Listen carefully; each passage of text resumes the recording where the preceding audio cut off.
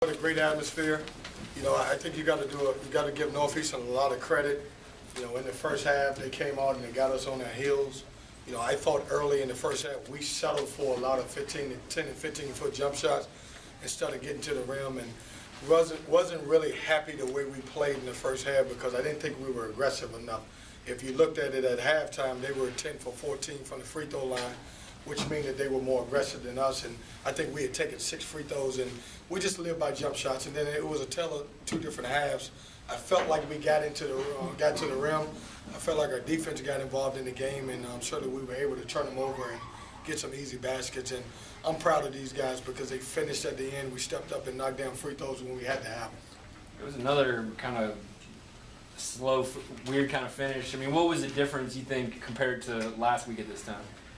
The William and Mary game. Yeah. Well, the William and Mary game could have went either way, and you know, conference play is so tight now, and you know, certainly we made a couple plays last week. I thought we could have won that game, and you know, we came out on the winning end tonight because I felt like we made a few more plays in Northeastern down the stretch. You guys have been in a lot of those type of games now. Do you feel more comfortable in those situations, kind of knowing what your team's going to do and what you should be doing? Well, I think what these guys have learned is not to panic.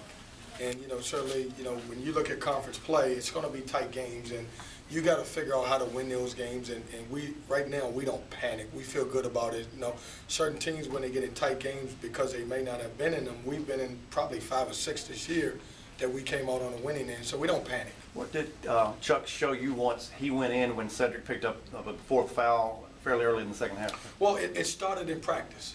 And I went into the game thinking, I'm going to play Chuck more than CJ because he had a better practice, and then I threw CJ in, and you know, Ethan's such a tough matchup. I think he gave CJ problems, and I knew Chuck could bother him with his length and his ability to block shots, and he was great. He rebounded the ball, had 9 rebounds for us, made 2 crucial baskets for us. What were the adjustments that you kind of made in that press? I mean, you know, they were slicing through it pretty good there for a while, and then kind of made a few tweaks there. Well, I don't know that I made adjustments. We switched presses. Right. You know, and a lot of times, you know, if you don't know the defensive schemes, it's tough because we have, a lot of teams think we have one. We play like 3 or 4 different presses. So we just decided to go with a couple things. Offensively, I felt like they were hurting us a lot, and we ended up going to, you know, against our man-to-man, we ended up switching to our zone, and I thought it bothered them for a while. At the end, they were 2 for 11 against our zone. Why was that one a better fit than that press you switched to? Well, I just think it contained them a little bit. You know, everybody's getting used to us pressing, and they're taking tapes from other games, and a lot of people trying to throw over top, and you know, so certainly we made the adjustments. And you got to give the kids credit. They made the adjustments. You know, I give the suggestions, and they do all the hard work.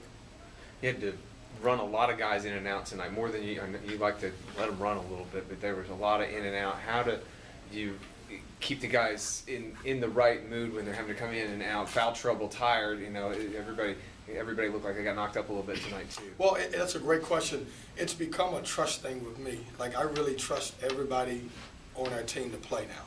I really do. I mean, even down to Kevin and, you know, Hickson and everybody else. I trust those guys that go in the game. So, you know, all year long, because we got a short bench, we've had weird combinations in there. So I think these guys are used to playing that way. You guys are now tied for the lead in the conference with 4 games left. How do you kind of look at what's going to happen here these next 2 weeks? Well, Eric, if you know me, you know I'm going to tell you it's 4 games left, and I really don't even care right now. We're going to concentrate on the next opponent, and you know, so much can change in 4 games. I'm excited. Don't get me wrong. I'm very excited where we're at, and you know, couldn't be in a better position. But it's in 4 games, a lot of things can change. When the schedule came out, what, 6 or 7 months ago, you probably said, dang, we've got 3 of our last 4 games on the road. But now we know these are meaningful games. They could have, in previous seasons, they really didn't mean hockey. And now if you can take care of business, you're going to have to do it on the road. If you can talk about having to take care of business on the road. When the schedule came out, I never even looked at the back end. I was really concerned about the front end because we had Hofstra, we had to go to Northeastern, and I was concerned about that. I never looked at the back, but now I will. It's tricky for me now. We're there. We got to figure this thing out. Kevin, what will you take from earlier in the season, because you do a 2 and 3 days thing that you guys haven't done in a couple months now? What do you take from what you had before, and what do you change now that you know more about your team? You mean in personnel or what we're doing? Yeah, anything. Yeah, it's, you know, eating, traveling, anything. Well, I tell you what we'll continue to do. We'll get an ice cream if we win on the road. But no, you know, we don't change. These guys are in a routine right now, and it's been that way for you know, probably about a month now.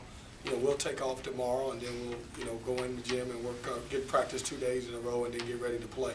But we stay on the same routine.